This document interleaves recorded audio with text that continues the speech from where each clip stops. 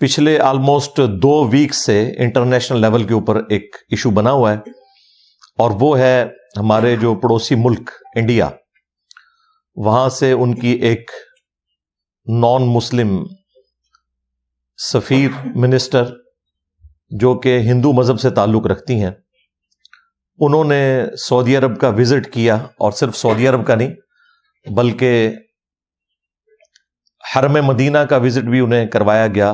مسجد نبوی شریف کے پریمیسز میں، مسجد قباء کے ارد گرد سارا وزٹ انہیں کروایا گیا۔ بیسیکلی وہ 2024 کا جو حج ہے اس کی جو تیاریاں ہیں، اور اس میں ظاہر ہے تقریباً 2 لاکھ کے قریب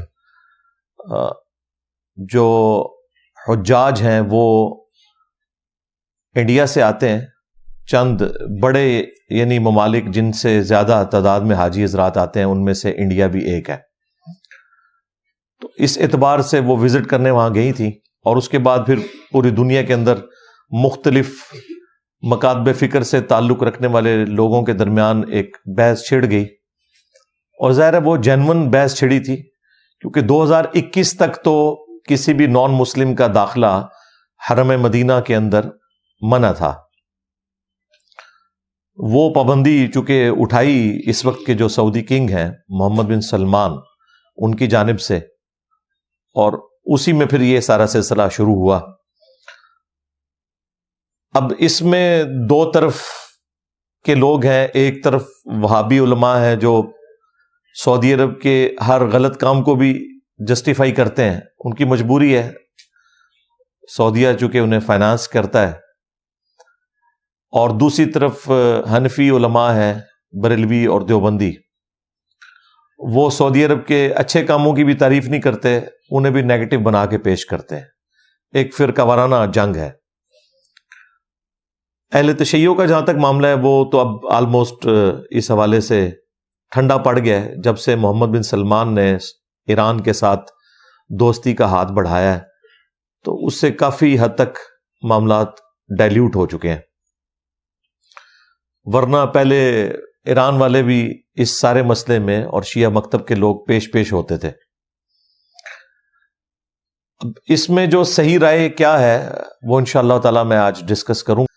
تو یہ 2021 کے اندر آ کے محمد بن سلمان نے یہ پابندی ختم کی، اور اس میں کوئی ایسا معاملہ نہیں تھا کہ اسے اتنا بڑا ہنگامہ کھڑا کیا جاتا، لیکن چونکہ اتنے عرصے سے خود سعودی حکومت نے پابندی لگائی ہوئی تھی تو ہنگامہ کھڑا ہونا اس اعتبار سے تو جسٹیفائی تھا کہ بھئی آپ نے اپنی پابندی جو ہے وہ خود توڑ دی ہے، تو سعودی حکومت کوئی کام کرے تو اس کا یہ مطلب نہیں ہے کہ وہ قرآن و سنت کے مطابق ہی ہو رہا ہے۔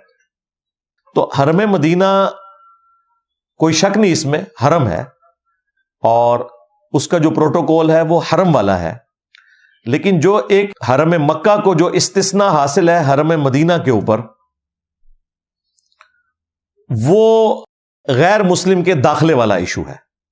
اس کے حوالے سے یہ چیز کلیئر کر لیں کہ اگرچہ مدینہ شریف بھی حرم ہے، لیکن جو ایک خاص پروٹوکول حرم مکہ کو حاصل ہے، اس اعتبار سے کہ وہاں پہ نان مسلم کوئی انٹر نہیں ہو سکتا، یہ ایک استثناء ہے حرم مدینہ کا۔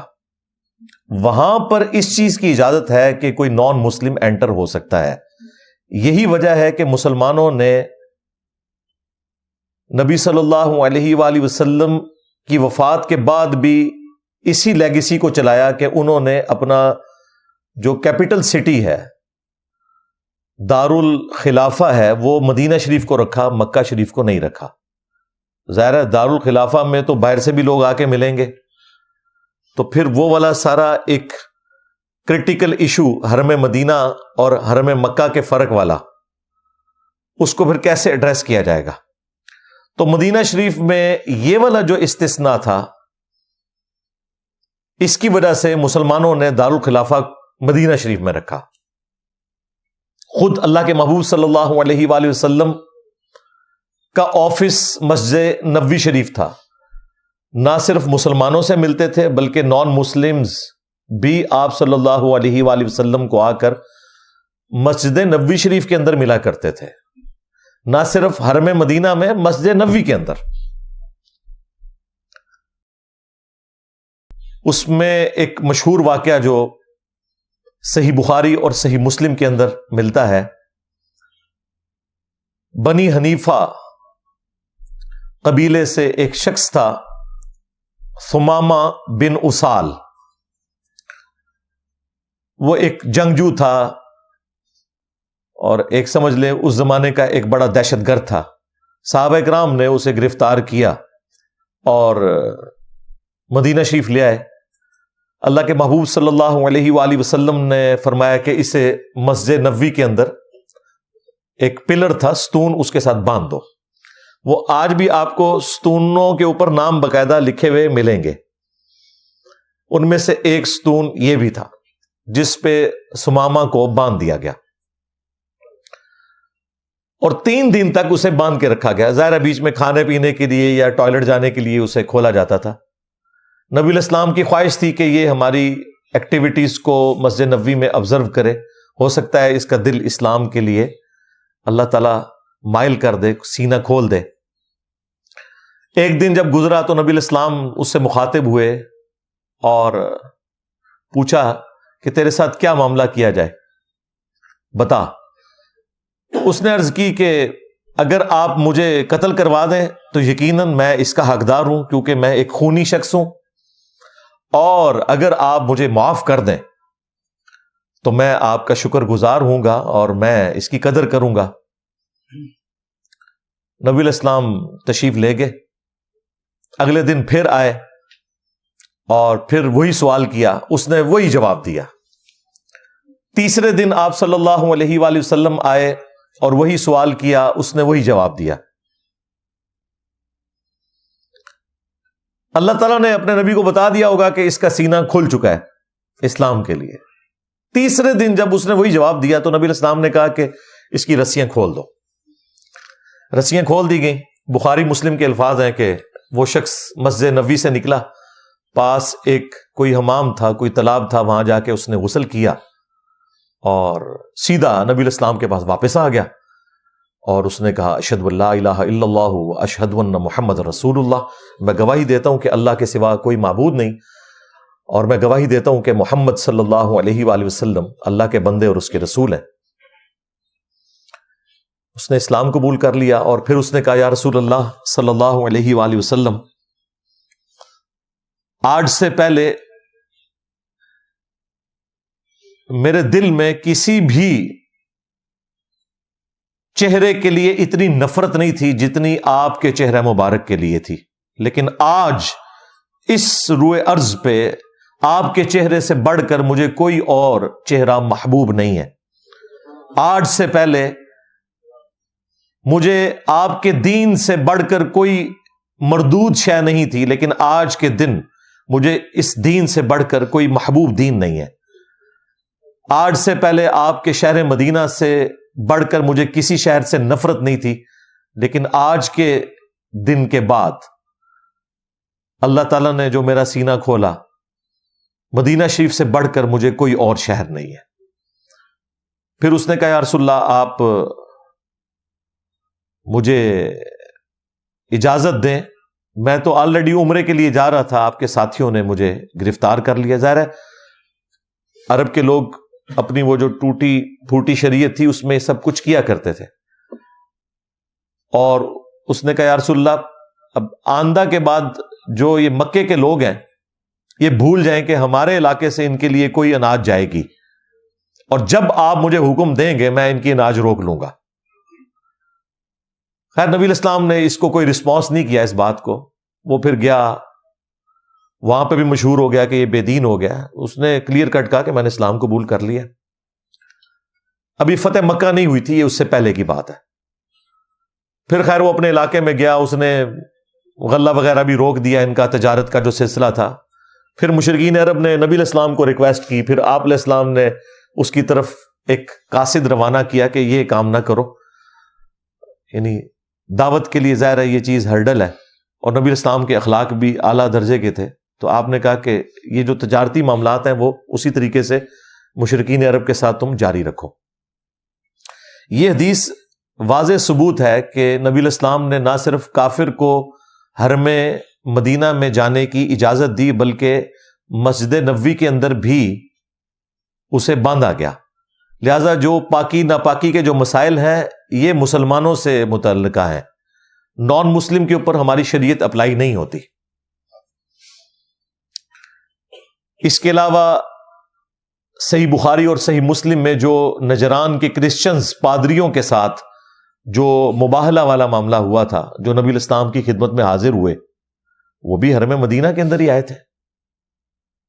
خیر انہیں اندازہ ہو گیا کہ اگر نبی الاسلام نے ہمارے لیے لعنت کی بد دعا کر دی تو پھر یہ ہماری اولاد تک ٹرانسفر ہوگی۔ اسلام تو انہوں نے نہیں قبول کیا لیکن مباہلے کے لیے تیار نہیں ہوئے، اور کہا یا رسول اللہ جو آپ کہیں گے نا ہم وہ مانیں گے، یعنی اگر آپ نے کوئی جزیہ وغیرہ لینا ہے یا اس طرح کا معاملہ، ہم آپ کے ساتھ مباہلے کے لیے تیار نہیں ہوں گے۔ حالانکہ آئے اسی کام کے لیے تھے وہاں سے، یعنی ایک علماء کا وفد آیا تھا مناظرہ کرنے کے لیے۔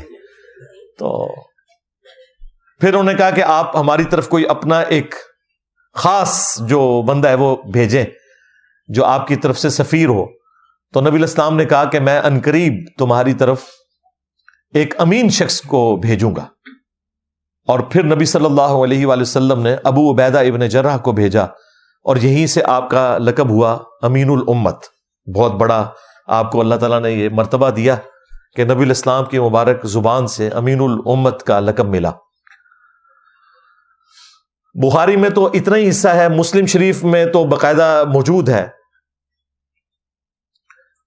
کہ جب حضرت معاویہ رضی اللہ تعالیٰ عنہ نے سعد ابن ابی وقاص کو اس بات کے اوپر مجبور کیا کہ وہ حضرت علی کے اوپر سب و شتم کریں، تو انہوں نے صاف انکار کر دیا، اور باقاعدہ وہابیوں کے امام ابن تیمیہ نے مانا ہے منہاج السنہ کے اندر کہ یہ سب و شتم کا ہی حکم دے رہے تھے امیر شام۔ تو سعد ابن ابی وقاص نے کہا کہ میں کبھی بھی علی ابن ابی طالب کے لیے کوئی برا کلمہ نہیں نکالوں گا، کبھی انہیں سب نہیں کروں گا۔ یہ کہتے ہیں جی سب سے مراد تنقید ہے، تو میں نے مسلم شریف سے ہی ثابت کیا ہے کہ تنقید نہیں، باقاعدہ الفاظ موجود ہیں۔ بنو امیہ کے دور میں ممبروں سے کہلوایا جاتا تھا لعن اللہ ابا تراب، ابو تراب کے اوپر لعنت، نعوذ باللہ۔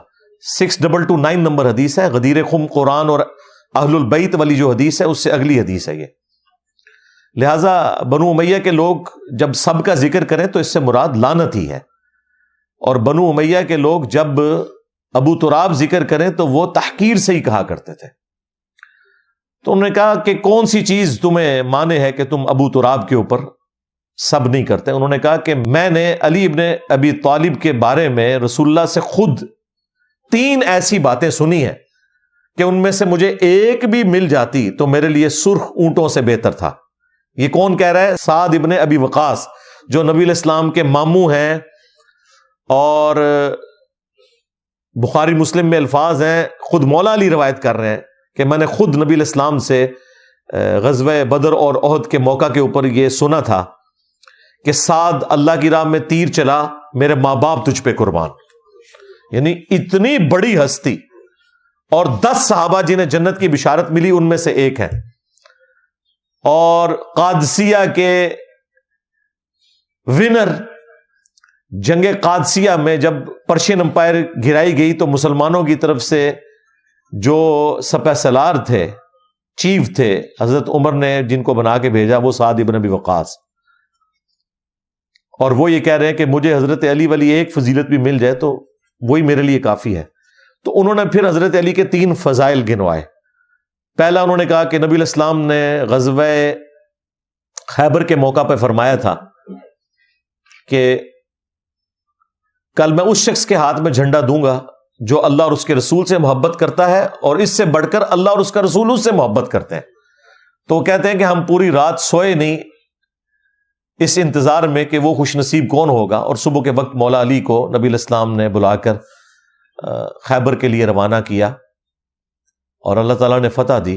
یہ حدیث بخاری میں بھی تفصیل کے ساتھ موجود ہے، بلکہ مسلم میں تو یہاں تک الفاظ ہیں کہ حضرت عمر کہتے ہیں اس سے پہلے مجھے کبھی بھی کسی جنگ میں سپہ سلاری کا شوق نہیں ہوا تھا سوائے اس جنگ کے. میری خواہش تھی کہ خیبر کے موقع پر اللہ کے نبی علیہ السلام مجھے وہ جھنڈا دے دیتے. پھر انہوں نے کہا معاویہ سن دوسری فضیلت, غزوہ تبوک کے موقع پر جب نبی علیہ السلام رومن امپائر کے خلاف لڑنے کے لیے گئے تو آپ نے مدینہ شریف میں حضرت علی کو اپنا نائب چھوڑا بچوں اور عورتوں کے اوپر. تو حضرت علی رو پڑے. تو نبی علیہ السلام نے انہیں تسلی دیتے ہوئے فرمایا کہ علی کیا تم اس بات پر راضی نہیں ہو کہ تمہاری میرے ساتھ وہی نسبت ہے جو ہارون کی موسیٰ کے ساتھ, مگر میرے بعد کوئی نبی نہیں. اور یہ حدیث بخاری میں بھی موجود ہے اتنا حصہ. اس پہ میں نے ورڈکٹ دی تھی کہ اگر کوئی امتی نبی ہونے کا حقدار تھا نا تو وہ مولا علی تھے, اور نبی علیہ السلام انہیں بھی کہہ رہے ہیں کہ تمہاری نسبت تو وہی ہے جو ایک نبی کی دوسرے نبی کے ساتھ ہے, یعنی ہارون کی موسیٰ کے ساتھ. یہی نسبت تمہاری میرے ساتھ ہے, لیکن میرے بعد کوئی نبی نہیں. تو اگر مولا علی نبی نہیں ہے نا تو غلام احمد قادیانی دجال تشیعی کوئی نہیں. ہاں سیدھی سی بات ہے. یہ ختم نبوت کے اوپر پیرا دینے والی حدیث ہے. اور معاویہ تیسری فضیلت سن, جب نجران کے کرسچنز کا وفد نبی علیہ السلام کے پاس مدینہ شریف آیا تو اللہ تعالیٰ کی طرف سے یہ اعلان کیا گیا قل تعالوا ندعو ابناءنا وابناءکم ونساءنا ونساءکم. اے نبی ان سے کہو کہ آ جاؤ, تم بھی اپنے بیٹوں کو لے آؤ, ہم بھی اپنے بیٹوں کو لے آتے ہیں. تم بھی اپنی عورتوں کو لے آؤ, ہم بھی اپنی عورتوں کو لے آتے ہیں. تم خود آ جاؤ, ہم بھی خود آ جاتے ہیں. اور پھر اوپن میدان میں اللہ کے حضور گڑ گڑا کر دعا کرتے ہیں کہ جھوٹوں پر اللہ کی لعنت. یعنی مباہلے کی آفر کی گئی. تو مسلم شریف کے الفاظ ہیں, سعد ابن ابی وقاص کہتے ہیں کہ اللہ کے محبوب صلی اللہ علیہ وآلہ وسلم اپنے ساتھ سیدنا علی, حسن, حسین اور فاطمہ علیہ السلام اجمعین کو لے کر آئے اور کہا اللہم ہؤلاء اہل بیتی, اے اللہ یہ میرے اہل البیت ہیں. حالانکہ نبی علیہ السلام کی 9 بیویاں موجود تھیں اس وقت, کسی بیوی کو اپنے ساتھ نہیں لے کے گئے. حضرت علی, حسن, حسین اور سیدہ فاطمہ کو لے کے گئے. باقی جو 3 بیٹیاں تھیں وہ فوت ہو چکی تھیں, اس لیے ان کو ساتھ نہیں لے کے گئے. اور کہا کہ یہ میرے اہل البیت ہے.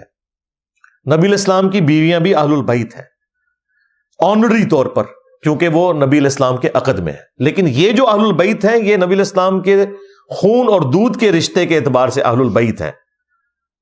یہ اصل اہل البیت ہیں.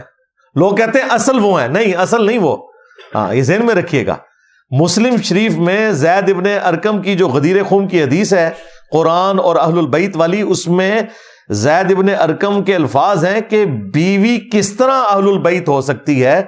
وہ صرف اس وقت تک اہل البیت ہے جب تک خامند کے عقد میں ہے. جب خامند طلاق دے دے تو وہ اپنے باپ کے گھر واپس چلی جاتی ہے. اگرچہ حضور نے کسی بیوی کو طلاق نہیں دی, لیکن زید ابن ارکم کہہ رہے تھے کہ بیویاں تو بعد میں اہل البیت میں شامل ہوئی ہیں نا, شادی سے پہلے تو کوئی بھی بیوی اہل البیت نہیں تھی. اور ہے اس وجہ سے کہ حضور نے اپنے ساتھ رکھا, اگر آپ چھوڑ دیتے تو اہل البیت نہ ہوتی. لیکن جو نبی علیہ السلام کے خون کے اور دودھ کے رشتے کے لوگ ہیں وہ آپ کے اہل البیت ہیں. پھر پوچھا کون سے, تو فرمایا آل علی, آل عقیل, آل جعفر, آل عباس. تو یہ زید ابن ارکم نے جو اس حدیث کے راوی ہیں انہوں نے یہ بیان کیا صحیح مسلم کے اندر. خیر وہ حدیث پھر 3 فضائل جب سنائے تو مسلم شریف میں تو حدیث یہیں پہ مکمل ہو جاتی ہے 100% اسی سند کے ساتھ. یہ حدیث سنن نسائی الکبریٰ کے اندر موجود ہے, خصائص علی والے چیپٹر میں. اس میں الفاظ ہیں کہ سعد ابن ابی وقاص کا بیٹا کہتا ہے کہ پھر جتنے دن حضرت معاویہ وہاں رہے, حضرت علی کی تنقیص کا ایک جملہ بھی اپنی زبان سے نہیں نکالا, کیونکہ میرے باپ نے جس طریقے سے انہیں ڈانٹا تھا. تو اس سے یہ پتہ چل گیا کہ یہ معاملہ کیا تھا. یہی حدیث سنن ابن ماجہ میں بھی ہے, اس میں تو چوتھی فضیلت بھی ایک بیان کی حضرت سعد نے, اور اس میں تو الفاظ ہیں سعد غصے میں آ گئے, انہوں نے کہا تو اس شخص کے بارے میں بات کر رہے ہیں جس کے بارے میں نبی علیہ السلام نے یہ فرمایا, یہ فرمایا, یہ فرمایا. اور اس میں یہ بھی فرمایا کہ نبی الاسلام نے کہا تھا من کنت مولا فہذا علی مولا، جس کا مولا میں اس کا مولا علی. تو وہ فضیلت بھی وہاں پر بیان کی. تو یہ جو مباہلے والا معاملہ ہے یہ بھی مدینہ شریف میں ہوا، اور اس میں نجران کے کرسچنز آئے. نبی الاسلام نے باقاعدہ انہیں دعوت دی ہوئی تھی، لہذا حرم مدینہ کا جو پروٹوکول ہے نان مسلمز کے حوالے سے وہ ڈیفرنٹ ہے حرم مکہ کے پروٹوکول سے. یہ میں نے ساری باتیں اس لیے کی تاکہ آپ کو اوورال ایک ڈاکٹرن کلیئر ہو جائے. باقی تو صرف اپنا موقف ہی بیان کرتے ہیں. ہم تو ہر بات کو قرآن و سنت سے دلیل کے ساتھ بیان کریں گے تاکہ آپ کو اندازہ ہو کہ کون سی بات کتنی موجود ہے. ہم نے جذبات کے ساتھ نہیں دیکھنا معاملات کو. یہاں پہ لوگ جذبات کے ساتھ دیکھتے ہیں، علم کے اعتبار سے معاملات کو لے کے نہیں چلتے، اور اسی وجہ سے پھر اختلافات بڑھتے چلے جاتے ہیں. اب آ جائیں حرم مکہ کی طرف، جو میں نے کہا کہ اس کا ایک اسپیشل پروٹوکول ہے، اور وہ سورہ التوبہ کے اندر آیت نمبر 28 کے اندر اللہ تعالیٰ نے فرمایا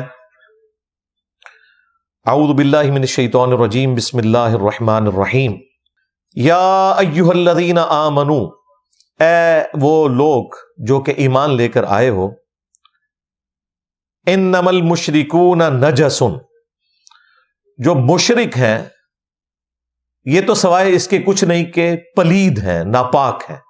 یہاں ناپاکی سے مراد ان کے عقیدے کی ناپاکی ہے. ظاہر ہے شرک سے بڑی تو ناپاکی کوئی ہو نہیں سکتی نا. ایون اپنی کتابیں جو ہیں ہندوؤں کی، اس میں بھی لکھا ہوا ہے کہ اللہ تعالیٰ کے ساتھ شرک نہیں کیا جا سکتا. یہ سب سے بڑا گناہ ہے، اس کے اوپر سب کا اتفاق ہے.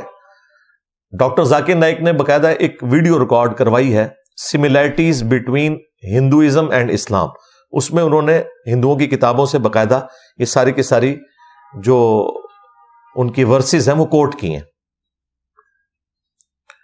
فلا یقرب المسجد الحرام، تو وہ ہرگز جو مسجد حرام ہے اس کے قریب بھی نہ جائیں، بعد عامہم ھذا، اس سال کے بعد. یہ آخری سال تھا جو حرم مکہ میں آ گئے مشرکین عرب حج کرنے کے لیے. یہ حج کے موقع کے اوپر آیات نازل ہوئی تھی جس میں واضح حکم آیا کہ اس سال کے بعد اب وہ نہیں آ سکتے حرم مکہ کے اندر.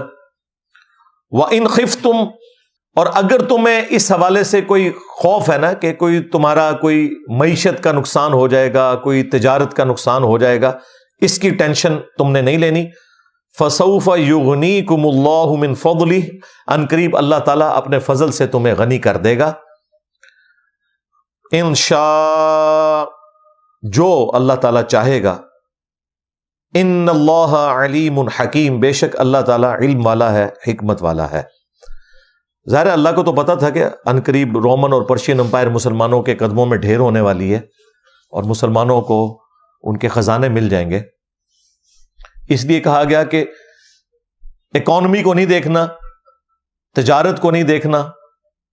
مشرکین عرب کو اب اجازت نہیں ہے اس سال کے بعد کہ وہ حرم مکہ میں آ سکے.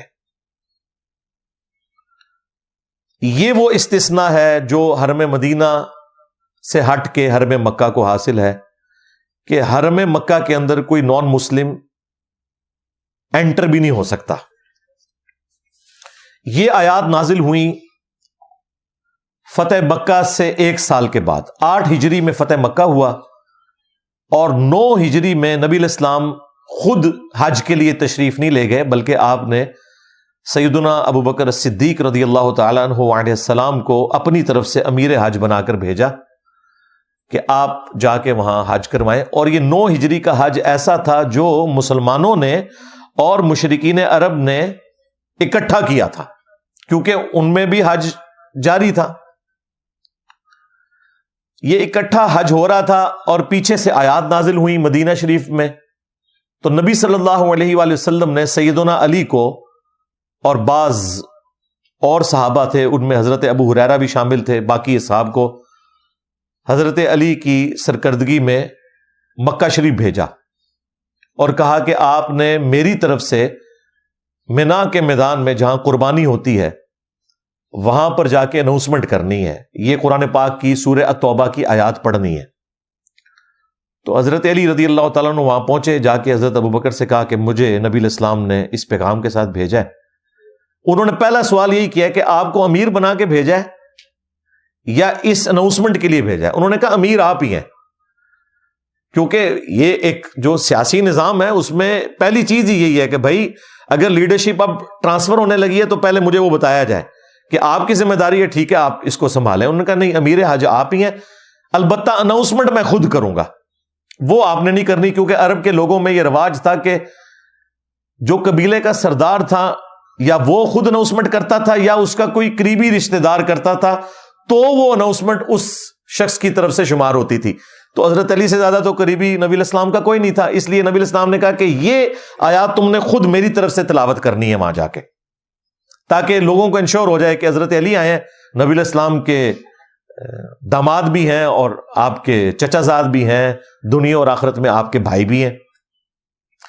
تو حضرت علی نے پھر وہ آیات تلاوت کی کہ یہ والی آیت سورہ التوبہ کی آیت نمبر 28 کہ اے اہل ایمان، جو مشرک ہیں، غیر اللہ کی پرستش کرنے والے لوگ، اللہ کے ساتھ شرک کرنے والے لوگ، یہ اپنے عقیدے کی پلیدی کا شکار ہیں، ناپاک ہیں، یہ اس قابل نہیں ہے کہ حرم کی سرزمین میں آئیں۔ اور پھر ساتھ انہوں نے نبی علیہ السلام کی طرف سے پیغام ایڈ کیا کہ نہ تو اب سے کوئی کافر حج اور عمرے کے لیے یہاں آئے گا اور نہ ہی کوئی کپڑے اتار کر طواف کعبہ کرے گا، کیونکہ مشرکین عرب کپڑے اتار کر طواف کعبہ کرتے تھے، اس رسم کو بھی ختم کیا گیا۔ یہ دو اناؤنسمنٹ کی گئی، یہ حدیث بخاری میں بھی ہے، مسلم میں بھی ہے۔ لہذا اس سے یہ کلیئر ہو گیا کہ حرم مکہ کے اندر کوئی کافر انٹر نہیں ہو سکتا، حج اور عمرے کے لیے بھی انٹر نہیں ہو سکتا۔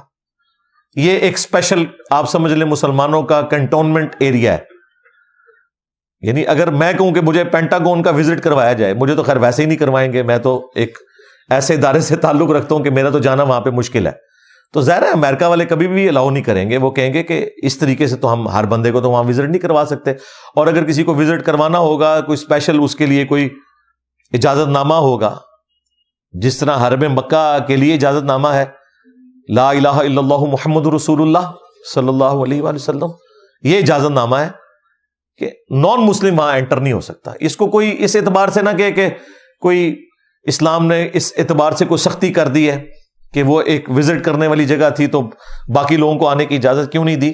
اللہ تعالیٰ نے حرم مکہ کو اپنے لیے خاص کر لیا، ویسے تو پوری سرزمین حرم کو ہی کی ہے، وہاں پہ کوئی مندر تعمیر نہیں ہو سکتا، یہ کلیئر کٹ ہے، حرم کی سرزمین کو اللہ تعالیٰ نے خاص کر لیا ہے مسلمانوں کے لیے، اسلام کے لیے، لیکن جو اس میں پھر زیادہ سختی ہے وہ حرم مکہ کے اعتبار سے ہے کہ وہاں تو کوئی نان مسلم انٹر بھی نہیں ہوگا۔ یہ واضح آیت مبارکہ موجود ہے اور اس کانٹیکسٹ میں بخاری اور مسلم کی حدیث بھی۔ اب اسی سورہ التوبہ کے اندر یہ بھی آیا سٹارٹ میں، جو اکثر نان مسلمز کی طرف سے ایک اعتراض بھی کیا جاتا ہے۔ سورہ توبہ میں وہ یہ آیت کوٹ کرتے ہیں کہ 4 مہینے کا ٹائم ہے، جب یہ 4 مہینوں کی مہلت مکمل ہو جائے گی تو پھر جہاں بھی دیکھو مشرکین کو قتل کرو اور دھاگ لگا کر بیٹھو، کسی کو نہیں چھوڑنا۔ اب یہ آؤٹ آف کانٹیکسٹ وہ آیت نکالتے ہیں، وہ کہتے ہیں جی قرآن میں لکھا ہوا ہے کہ کوئی بھی کافر نظر آئے نا آپ نے اس کو قتل کر دینا ہے، حالانکہ یہ سورہ توبہ کی جو آیات ہیں یہ اسپیسیفکلی مشرکین عرب کے لیے، یہ اللہ کی طرف سے ایک عذاب کا کوڑا تھا ان کے لیے، عذاب استیصال، جو اللہ کی سنت ہے، یہ ہمیشہ سے اللہ کی سنت ہے کہ جب کبھی بھی پیغمبروں کا انکار ہوتا ہے تو at the end of the day اللہ تعالیٰ اہل ایمان کو بچا لیتا ہے اور پیغمبر کے مخالفین کو تباہ و برباد کر دیتا ہے۔ موسیٰ علیہ السلام کے مقابلے کے اوپر فرعونی ڈبوئے گئے سمندر میں، نوح علیہ السلام کے مقابلے کے اوپر ان کے جو باغی لوگ تھے وہ طوفان کے اندر غرق کر دیے گئے، قوم شعیب کو بھی تباہ و برباد کر دیا گیا، قوم صالح کو، قوم سمود کو جو حضرت صالح علیہ السلام کی قوم تھی، اسی طریقے سے ہود علیہ السلام کی قوم کو۔ تو یہ اللہ تعالیٰ کی طرف سے عذاب استیصال آتا تھا at the end of the day, جب پیغمبر حجت تمام کر دیتے تھے۔ نبی علیہ السلام کے کیس میں جب حجت تمام ہوئی تو یہاں بھی عذاب تو آنا تھا، لیکن اس دفعہ اللہ تعالیٰ نے اس عذاب کا طریقہ بدل دیا، اور وہ بھی سورہ توبہ کی ہی آیت نمبر 14 میں آیا کہ اللہ تعالیٰ مسلمانوں کے ہاتھوں سے انہیں عذاب دے گا، یعنی مسلمانوں کی، صحابہ اکرام کی تلواریں اللہ تعالیٰ نے مسلط کر دیں ان کے اوپر، جن کی طرف بعثت خاصہ اس اعتبار سے نبی الاسلام کی تھی، اور بعثت عامہ والوں کے لیے بھی جن تک نبی الاسلام نے اپنی مبارک زندگی میں حجت تمام کی، جدھر جدھر آپ نے خطوط لکھے۔ اسی لیے آپ دیکھیں پھر صحابہ کرام نے رومنز اور پرشینز سے وہ جنگیں کی ہیں، اور وہ جنگیں اس لیے کی تاکہ ان بدماشوں کو اکھاڑا جائے۔ انڈیا سے ہی بہت بڑے عالم دین وحید الدین خان صاحب، جنہیں ہندو بھی بہت پسند کرتے ہیں، مودی صاحب نے انہیں ایوارڈ بھی دیا تھا، انہوں نے ایک کتاب لکھی ہے اسلام دور جدید کا خالق۔ اس میں انہوں نے یہی بتایا کہ اسلام نے یہ جو جنگیں کی ہیں یہ ڈیٹرنس پھیلانے کے لیے نہیں تھی، بلکہ صدیوں سے وہ امپائرز جو بدماشی کے ساتھ اپنی رعایا کا استحصال کرتی تھی، رومنز اور پرشینز، ان کو اکھاڑنے کے لیے تلوار اٹھانی پڑی۔ ظاہر ہے ان کو اکھاڑنے کے لیے طارق جمیل صاحب یا غامدی صاحب کے لیکچرز تو نہیں چاہیے، ایٹ لیسٹ میرا سٹائل چاہیے، ہاں، یا تلوار چاہیے۔ تو یہ سب کچھ اس لیے کرنا پڑا، یہ جہاد کے پیچھے حکمت تھی۔ تو مشرکین عرب کے اوپر چونکہ 23 سال کی دعوت تھی، اس کے بعد یہ کہا گیا کہ یا تو اسلام قبول کرو ادروائز تمہیں قتل کیا جائے گا، صرف اس علاقے کے لوگوں کے لیے، یا جزیرہ نما عرب چھوڑ کے چلے جاؤ، یہ آپشن بھی رکھی گئی۔ یہ نہیں ہے کہ تلوار کے زور کے اوپر اسلام قبول کرنا، ٹھیک ہے پھر حرم کی سرزمین چھوڑ دو گے، یہاں نہیں تم رہ سکتے، یہ بھی بہت بڑی آفر تھی۔ لیکن اللہ کا شکر ہے کہ میجورٹی نے اسلام قبول کر لیا ہے، اس کی ایگزیکیوشن کی باری آئی ہی نہیں ہے، لوگوں نے اسلام قبول کر لیا۔ تو یہ وہ آیت مبارکہ ہے جسے آؤٹ آف کانٹیکسٹ پیش کیا جاتا ہے۔ تو ہم پھر بتاتے ہیں کہ اس کا کانٹیکسٹ یہ تھا، ایک پیس ٹریٹی توڑنے کے اوپر یہ سارے کا سارا معاملہ ہوا تھا، صلح حدیبیہ کا، اور پھر اس سے آگے معاملات چلے تھے۔ اگر وہ ٹریٹی مکمل وہ کرتے تو مسلمانوں نے کبھی بھی ایسے معاملات نہیں کرنے تھے۔ قرآن کی تعلیمات تو بالکل واضح ہیں، لا اکراہ فی الدین قد تبین الرشد من الغی، دین قبول کرنے کے معاملے میں کسی پہ کوئی جبر نہیں۔ یہ سورۃ البقرہ کی آیت نمبر 256 ہے، آیت الکرسی سے اگلی آیت۔ اللہ تعالیٰ نے رشد و ہدایت کو گمراہی سے الگ کر کے بیان کر دیا ہے، انا ہدیناہ السبیل اما شاکرا و اما کفورا، ہم نے ہدایت کا راستہ واضح کر دیا ہے، چاہو تو شکر گزاری کی روش اختیار کرو اور چاہو تو نہ شکری کی روش اختیار کرو۔ تلوار کے زور کے اوپر آپ کسی کو مسلمان نہیں کر سکتے، آپ کا کام صرف دعوت دینا ہے، دیٹس آل۔ کوئی قبول کرتا ہے کرے، کوئی نہیں کرتا نہ کرے، اس کی مرضی۔ پھر یہ ہے کہ مسلم ریاست کے اندر نان مسلم رہ سکتے ہیں، لیکن ٹیکس پے کر کے، وہ مسلمانوں سے بھی ٹیکس لیا جاتا ہے، آپ اسے زکوٰۃ کہہ لیں، ان سے جزیہ لیا جاتا ہے، لیکن اس کے اگینسٹ پھر مسلمانوں نے ان کی جان مال کی حفاظت کرنی ہے۔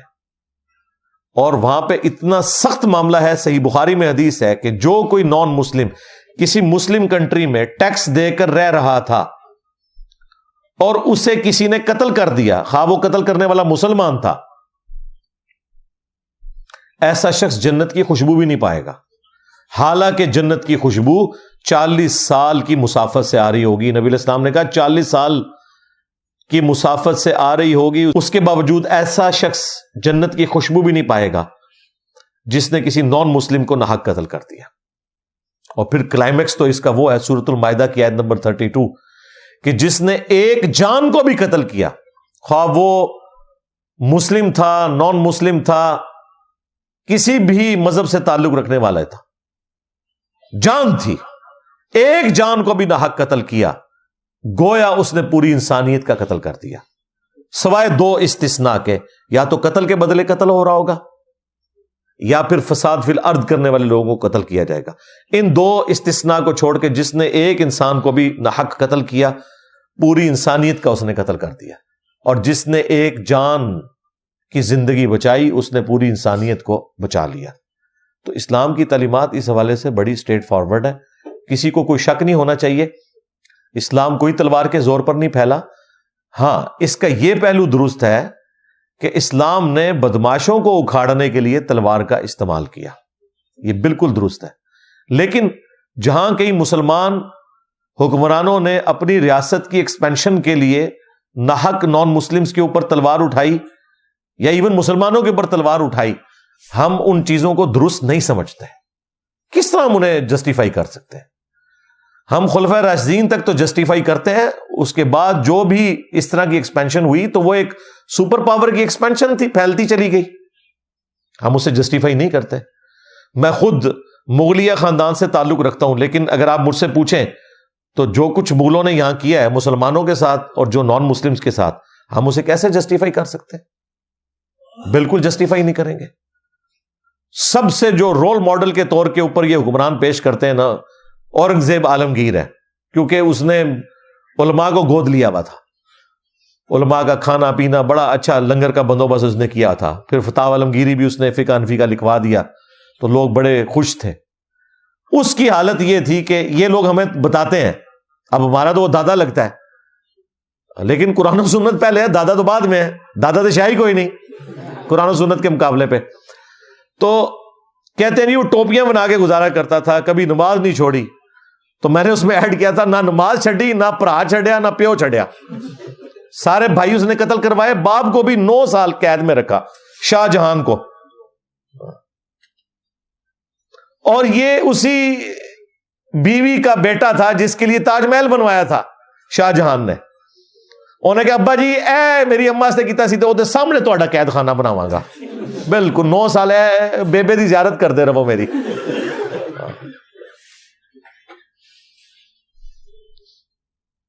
جنہوں نے مسلمانوں کے ساتھ اپنے خونی رشتوں کے ساتھ یہ کیا ہے، قطع رحمی کی ہے، انہوں نے نان مسلم کے ساتھ کیا کچھ نہیں کیا ہوگا؟ تو ہم بالکل جسٹیفائی نہیں کرتے، بالکل کسی کے دماغ میں یہ بات نہ آئے کہ ہم اس طرح کی غلط چیز کو جسٹیفائی کریں گے، ناٹ ایٹ آل، کبھی بھی نہیں کریں گے۔